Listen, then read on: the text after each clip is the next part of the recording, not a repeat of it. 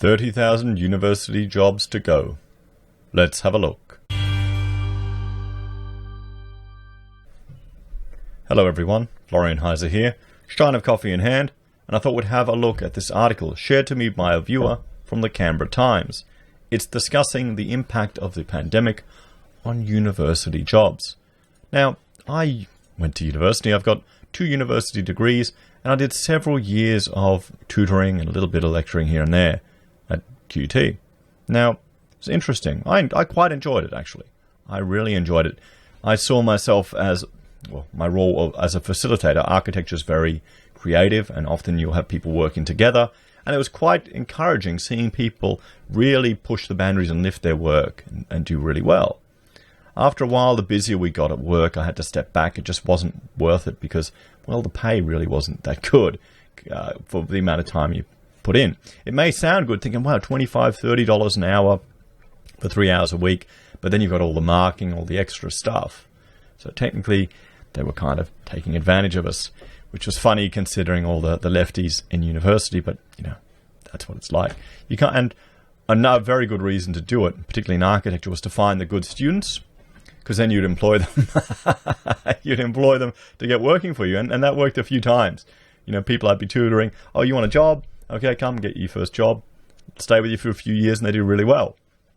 So, one thing I noticed from being there, one thing which actually surprised me, was how little support the academic staff would get, the lecturers would get. So you'd be working for a course coordinator, and they would have to do all the paperwork, everything themselves, even all the photocopying themselves when they did it, which is rare nowadays, but nevertheless. And there were all these other busybodies. Bureaucrats, academic bureaucrats, just forcing people to do forms and paperwork and reports and all this other non-productive things that just kept the machine churning. And that's when I started to realize that a lot of this growth in universities hasn't been in its academic or teaching capacity, but has been in the bureaucratic machinations of these machines. And then they become self-sustaining. They need more and more people. And it's just gotten worse, guys. It's just gotten worse.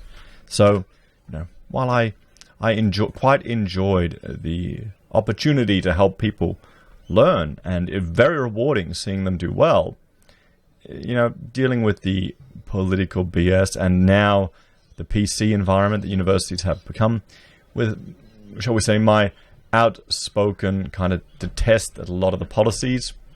I'm not the popular demo to be hired at the moment. I remember once, actually, I was involved with a support program for Indigenous students at QT.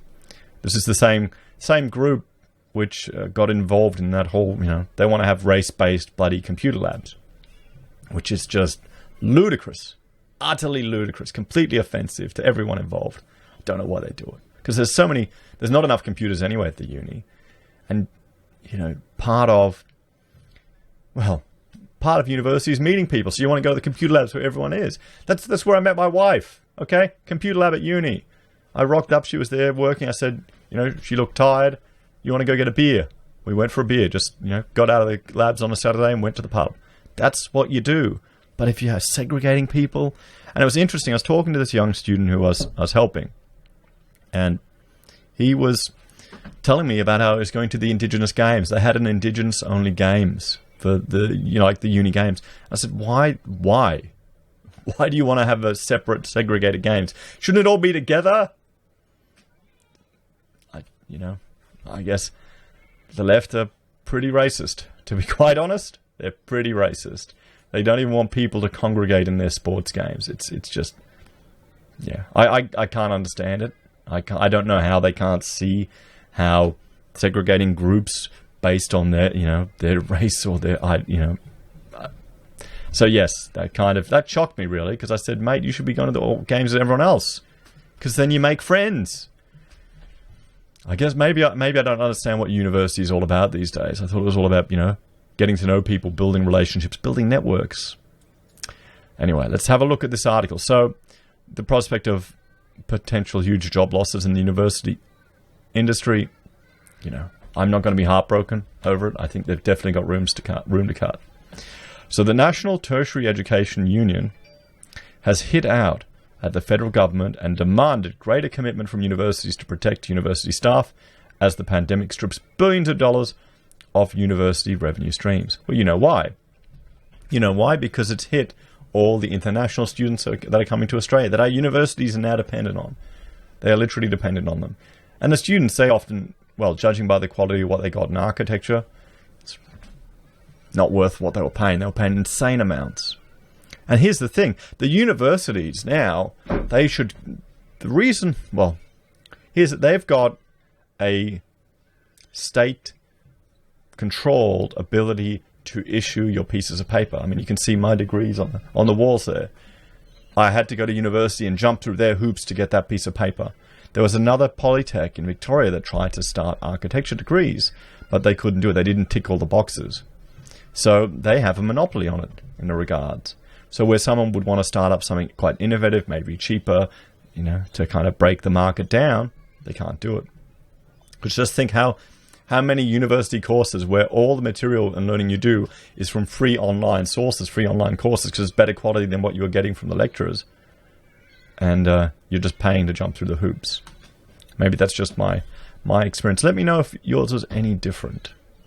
Particularly, one is learning software at university. They were atrocious to it. And it was quite frustrating as a student because the lecturers expected you to know all these tools. So what we did, we started up the architectural, peer-to-peer, where we'd charge people $10 and they'd come in, and myself and other students would come and teach the younger students how to use software or tools. Like how to use Revit, how to use ArchiCAD, how to use Blender. They'd pay $10 for a 1-hour session. Then at the end of the year, we took all that money and we used it to run an end-of-year exhibition, all funded by the students. You know? I tell you, it was fun going to the Bottle-O with $2,000 in cash and just filling up my little smart car with booze for the exhibition. Of course, now they won't let you do that anymore. They're much more restricted on alcohol consumption. Well, we broke it for all the young ones now. They'd probably be too well behaved to do all that stuff anymore. So the union believes both the federal government and universities have to act in good faith to save university jobs. The NTEU president, Alison Barnes, said the scale and rapid escalation of the crisis meant there was a need to negotiate a national, sector-wide level to protect jobs. We are very disappointed with the federal government's position on this, she said. It is completely unacceptable and damaging. The government appears to have gone out of its way to ensure the universities are unable to access the JobKeeper subsidy to the point of changing the regulation several times to achieve this outcomes.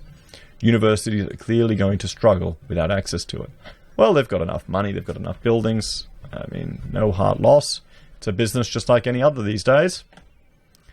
Late adjustments to the rules of the JobKeeper program, released last week, mean universities must count 6 months of revenue when calculating their projected downturn.